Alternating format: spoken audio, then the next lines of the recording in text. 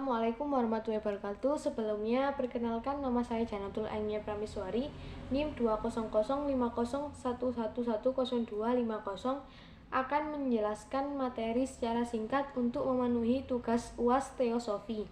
Poin pertama, maqamat yang harus dilalui oleh seseorang yang menempuh jalan tasawuf ada 7, yaitu yang pertama at-taubah. Dalam bahasa Indonesia, taubat berarti sadar dan menyesal akan dosa atau perbuatan yang salah atau jahat dan berniat akan memperbaiki tingkah laku dan perbuatan.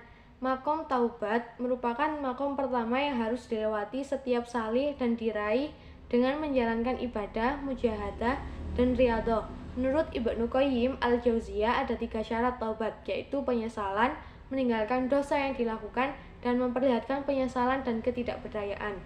Yang kedua ada al-waro'. Kata waro' berasal dari bahasa Arab waro'a yari'u waro'an yang bermakna berhati-hati, tetapi dalam kamus bahasa Indonesia waro' bermakna patuh dan taat kepada Allah. Di dunia tasawuf, kata waro' ditandai dengan kehati-hatian dan kewaspadaan tinggi. Yang ketiga al-zuhud. Secara etimologis, zuhud berarti raghabah an sya'arin wa tarakahu, artinya tidak tertarik terhadap sesuatu dan meninggalkannya. Zuhada fi al-dunya berarti mengosongkan diri dari kesenangan dunia untuk ibadah. Kata zuhud berasal dari bahasa Arab zahada yashudu zuhdan yang artinya menjauhkan diri, tidak menjadi berkeinginan dan tidak tertarik. Dalam bahasa Indonesia, zuhud berarti perihal meninggalkan keduniawian. Yang keempat, fakir.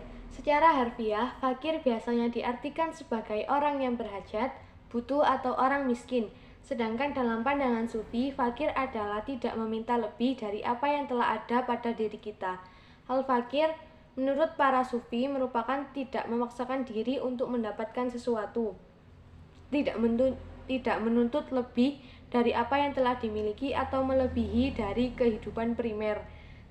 Bisa juga dapat diartikan tidak punya apa-apa serta tidak dikuasai apa-apa selain Allah Subhanahu wa Ta'ala. Yang kelima, sabar atau al-sabr. Kata sabar berasal dari bahasa Arab sobaro yasbiru sobron. Maknanya adalah mengikat, bersabar, menahan diri dari larangan hukum dan menahan diri dari kesedihan. Sabar menurut Al-Ghazali jika dipandang sebagai pengekangan, tuntutan nafsu dan amarah dinamakan sebagai kesabaran jiwa. Sedangkan menahan terhadap penyakit fisik disebut dengan sabar badani. Yang keenam, tawakal berasal dari bahasa Arab wakila yakilu wakilan yang berarti mempercayakan, memberi, membuang urusan, bersandar dan bergantung.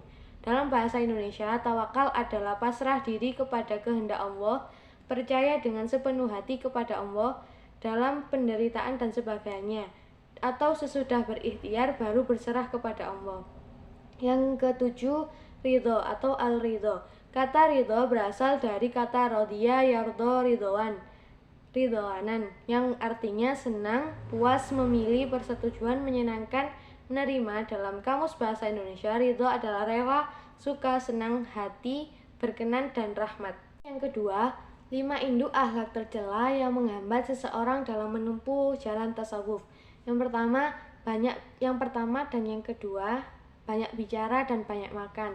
Dari Ibrahim an-Nakhai radhiyallahu an, sesungguhnya orang-orang sebelum kamu itu celaka hanya lantaran 3 perkara, yaitu kelewat banyak bicara, kelewat banyak makan, dan kelewat banyak tidur. Yang kedua, hasud. Hasud atau dengki bukan sekedar perasaan iri hati dari seseorang pada orang lain. Namun ketika hati terikat hasad, maka pemilik hati hasad menginginkan nikmat yang lain juga hilang darinya. Diriwayatkan dari Hasan bin Ali radhiyallahu an bahwa Rasulullah SAW bersabda, dendam dan iri dengki itu dapat melahap atau melebur kebaikan-kebaikan, sebagaimana api melahap kayu bakar. Yang ketiga, cinta dunia.